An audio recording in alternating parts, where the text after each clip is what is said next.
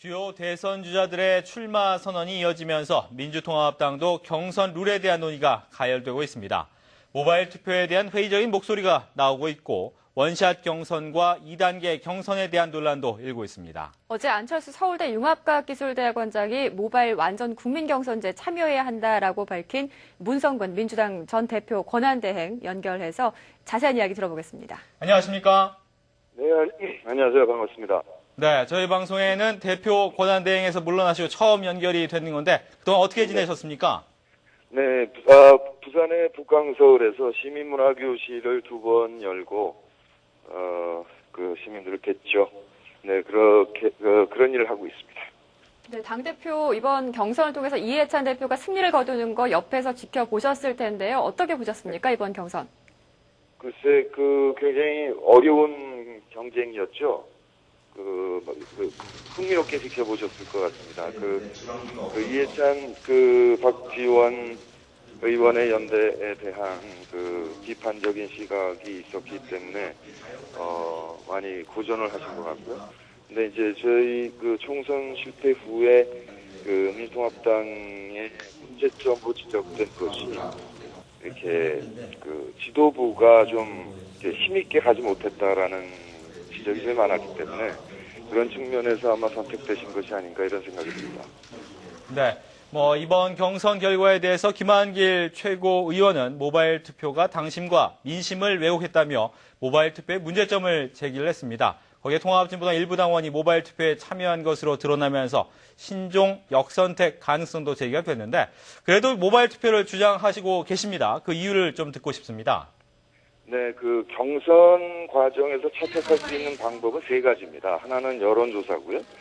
하나는 현장에 와서 등록하시고 현장에서 투표하는 방법. 3번째는 모바일 등록, 모바일 투표 방식입니다.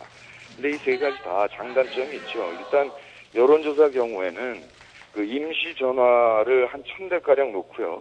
그걸 활동가 한 10명 정도 핸드폰으로 착신 전환을 하면 얼마든지 조작이 가능합니다. 지난번에 이제 새누리당이 4.12 총선 때 여론조사 방식을 택했을 때 그런 패단이 여러 군데서 나타났다고 보도되지 않았습니까? 네, 2번째 이제 현장 등록 경우에는 가장 정확하긴 한데 대신 표본수가 적어지면서 동원 가능성이 매우 높습니다. 그러니까 돈과 조직을 갖고 있는 사람이 이기게 돼 있죠. 그래서 모바일 투표 경우에 표본수가 많아진다는 전제만 있다면 어떤 방법보다도 시민의 뜻을 가장 정확하게 판단할 수 있는 방법이다. 그래서 그동안 지적된 문제들에 대해서 보완을 하고 모바일을 채택하면 된다. 이런 생각인 겁니다. 네. 박지원 원내대표는 개인적 의견이라고 하면서 모바일 투표는 안 했으면 좋겠다라는 의미, 또 추미애 의원 역시도 여기에 대해서 개선의 여지가 있다. 이런 얘기를 했는데 여기에 대해서는 어떤 의견이신지요? 박지원 의원께서 오보라고 수정을 하셨습니다. 박지원 대표께서 말씀하신 거는 전국 단위의 선거는 좋은데 지역 단위, 국회의원이나 기초단체장 경우에는 모바일을 안 할 수 있으면 좋겠다라고 얘기를 하신 거죠. 근데 제가 얘기 드리고 있는 방법은 제 정당이 경선을 할 경우에 등록된 선거인단의 전화번호부를 선관위에 제시하면 선관위가 기초의원 지역구를 구분해 줄 정도로 구분만 구분을 해주자 이렇게 제안하고 있는 거거든요. 그렇게 되면 국회의원이나 기초단체장의 경선 경우도 모바일 투표를 해도 아무런 문제가 발생하지 않을 겁니다. 네, 어떻게 보면 이 모바일 투표 표본이 많아지면 많아질수록 비용이 좀 더 많이 들지 않을까 이런 우려도 있는데 어떻게 생각하시는지요? 네, 그렇지는 않습니다. 모바일 투표 경우는 아주 비용이 저렴합니다. 그러니까 문자로 알려드리고 그다음에 전화기로 투표를 하는 거기 때문에 IT 강국 아닙니까 우리가? 그래서 거의가 아니라 아주 적은 비용이 들 뿐이죠. 그러니까 직접 현장에 등록하고 현장 투표하는 방법보다 모바일 투표가 훨씬 저렴합니다. 네, 이번에는 새누리당에 대한 질문 좀 드리겠습니다. 새누리당 지금 경선 룰 갈등의 해결점을 찾지 못하고 있습니다. 비박 주자들은 반발하고 있고 박근혜 전 위원장은 여전히 침묵을 지키고 있습니다. 이런 갈등, 이런 상황 어떻게 보고 계십니까? 일단 그 박근혜 의원께서 지난 4.11 총선에서 공천권을 100% 누렸기 때문에 아무래도 대의원이나 당원들 쪽에서 친박 성향이 강할 수밖에 없습니다. 그러니까 지금 있는 제도로 하면 그 박근혜 의원께 압도적으로 유리한 거죠. 그러니까 현행 제도를 지키겠다라고 말씀하시는 것 같고 비박 주자들 경우에 그런 불리한 점이 있으니 공정하게 국민의 뜻을 한번 여쭤봅시다 이런 얘기를 하는 것 같습니다. 그런데 뭐 남해당 얘기이기 때문에 제가 뭐 구체적으로 말씀드릴 건 없고요. 늘 걱정하시는 게 역선택입니다. 그쪽에서요. 근데 그 역선택 부분은 저희가 제안 드리는 대로 선관위에 그 양당이 선거인단을 등록을 해서 보여줘서 거기서 중복된 사람을 걸러주기만 하면 해결되는 겁니다. 그러니까 완전 개방 경선할 거냐 또는 부분을 할 거냐 또 방법을 모바일을 채택할 거냐 안 할 거냐 이거는 그 새누리당이 결정을 하되 적어도 민주통합당 경우에는 완전 개방 경선에 모바일을 할 예정인데 거의 그럴 것 같은데 이 경우에 이것이 가능하도록 그 선관위에서 기초의원 지역구 수준의 주소를 확인해주고 그다음에 중복자를 걸러주도록 법 개정을 하자. 이건 아주 간단한 제안인 겁니다. 그러니까 지금 현행 제도, 새누리당의 현행 제도로 간다 하더라도 국민 참여 경선을 30% 반영하게 돼 있거든요. 그거는 현장에서 등록받아서 현장에 가서 투표하는 그런 방식을 채택하신다는 건데 지금과 같이 법제화를 하지 않으면 지금도 역선택은 가능합니다. 민주통합당 지지자들이 새누리당 국민경선인단에 참여해서 투표를 하면 되는 거거든요. 또 역으로도 마찬가지고요. 그러니까 지금 논란에 완전개방 경선을 안 하겠다 그러고 역선택의 문제다 이렇게 얘기하는 것은 정말 논리적인 모순이고 그냥 고치고 싶지 않으니까 핑계를 대고 있는 거죠. 네. 어제 기자회견을 통해서 안철수 원장이 민주당 입당해서 모바일 완전국민 경선제에 참여한다는 입장을 밝히셨습니다. 원샷 경선하자 이런 주장이신데 이렇게 주장하신 이유는 무엇인지요? 일단 첫 번째는요. 우리 민주통합당 경우에는 통합 당시에 온과 오프를 결합한 네트워크형 정당을 건설하자라고 합의한 바가 있습니다. 그래서 이번 대선 경선에서 국민선거인단으로 참여하는 분들과 함께 대선 후에 네트워크형 정당을 만들어가야 될 필요가 있거든요. 절박하죠. 그래서 이 국민참여 경선 하는데 일단 저희들이 모바일로 하면 2002년 때는 그냥 현장 등록 방식을 했을 때 200만 명이 등록하셨었어요.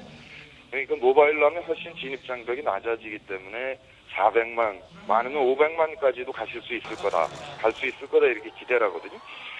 400만 명이 모여서 후보를 선출했어요. 그랬는데 다시 또 단일화 경선을 해야 된다 그러면 2002년에는 뭐 여론조사로 했는데 여론조사 워낙에 비과학적이고 여론조사로 대통령을 뽑을 수는 없는 거지 않습니까? 그러니까 다시 경선을 해야 될 텐데 그러면 국민들께 또 등록해라고 말씀을 드리겠습니까? 아니면 400만 한 분들에다가 또 안철수 후보께서 또 누구 추가 등록한 다음에 그분들께 다시 하자고 얘기를 한다든가 이렇게 된다면 그거는 정말 많은 국민 여러분께 예의가 아니다. 그러니까 안 교수께서 뛰실 생각이 있으시다면 굳이 입당 여부를 떠나서 원샷으로 가야 된다. 그래야 그것이 국민에 대한 예의가 될 것이다라는 점을 말씀을 드린 겁니다. 네, 그런데 아시겠지만 이해찬 대표는 2단계 경선론을 내놓고 있습니다. 민주당 후보들끼리 일단 경선을 먼저 치르고 그 다음에 야권 후보 단일화를 하자는 내용 같은데요. 이 2단계 경선론에 대해서는 어떤 생각이십니까? 이해찬 대표께서 꼭 그래야만 한다라고 얘기하신 게 아니고 안철수 교수의 결심이 늦어진다. 그러니까 시간은 없고 그러니까 우리는 민주통합당은 그냥 가고 그다음에 나중에 또 할 수도 있는 거 아닌가라는 생각을 해보시는 거죠. 이를테면 안철수 교수께서 그렇게 뒤까지 가지 않고 빨리 결심을 하신다면 그건 원샷으로 하는 방법을 찾아볼 수도 있는 거죠.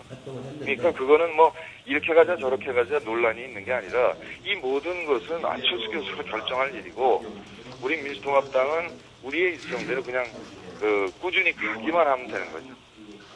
네. 혹시 뭐 이런 말씀 들어보신 적 있으신지 모르겠습니다. 민주당이 안철수 원장에게 너무 매달린다 이런 비판도 있습니다. 동의하십니까?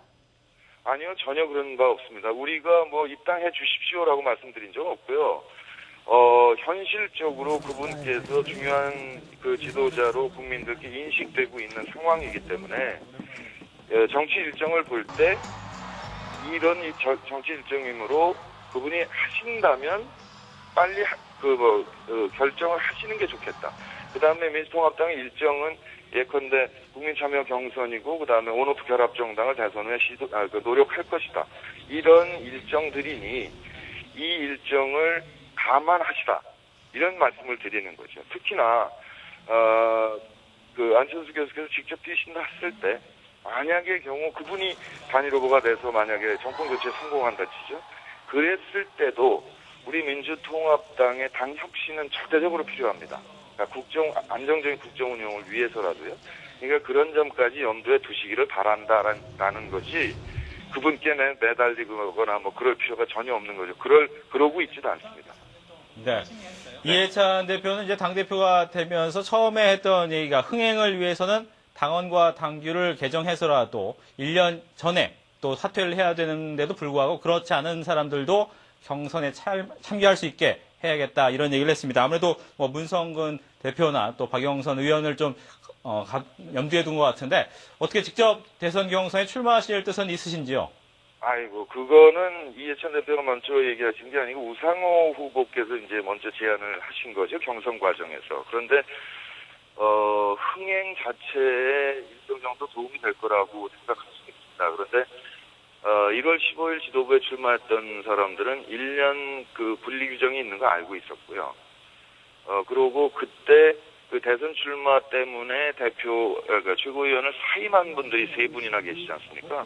그러니까 당원 당규를 이제 와서 소급해서 고친다라는 거는 좀 이렇게 어색한 거고요, 공당으로서. 근데 만약에 그 후보들께서 다 동의하신다면 그때는 당으로서도 검토해 볼 수 있는 것이 아닌가 그런 생각이 들고요.